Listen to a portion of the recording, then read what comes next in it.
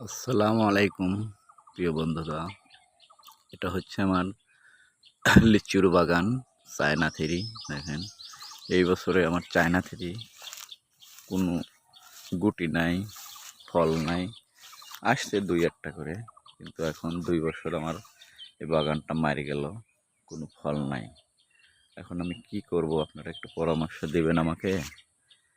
তাছাড়া তো এই বাগান অনেক বড় বাগান, বাগানটায় ফল না থাকলে আমি কী করে চলবো বলেন। দেখেন, একটা ফল নাই বাগানে, সবগুলি গাছ মুকুল বের হয়ে সব মরে গেছে।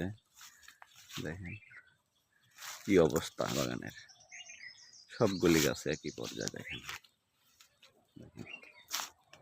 সবগুলি গাছে ফল নাই। এখন আমি কি করব? আমি সিদ্ধান্ত নিয়েছি গাছগুলি কেটে আমি আবার থাই পেয়ারার বাগান করব। দেখেন কি অবস্থা, একটা লিচু গাছেও লিচু নাই। এখন কি হবে বলেন তো ভাই, এত কষ্ট হচ্ছে, অনেক বড় বড় গাছ। দেখেন কোনো ফল নাই, ফুল নেই, ফুল আসছিল সবগুলি মরে গেছে। দেখেন সব কিচ্ছু নেই।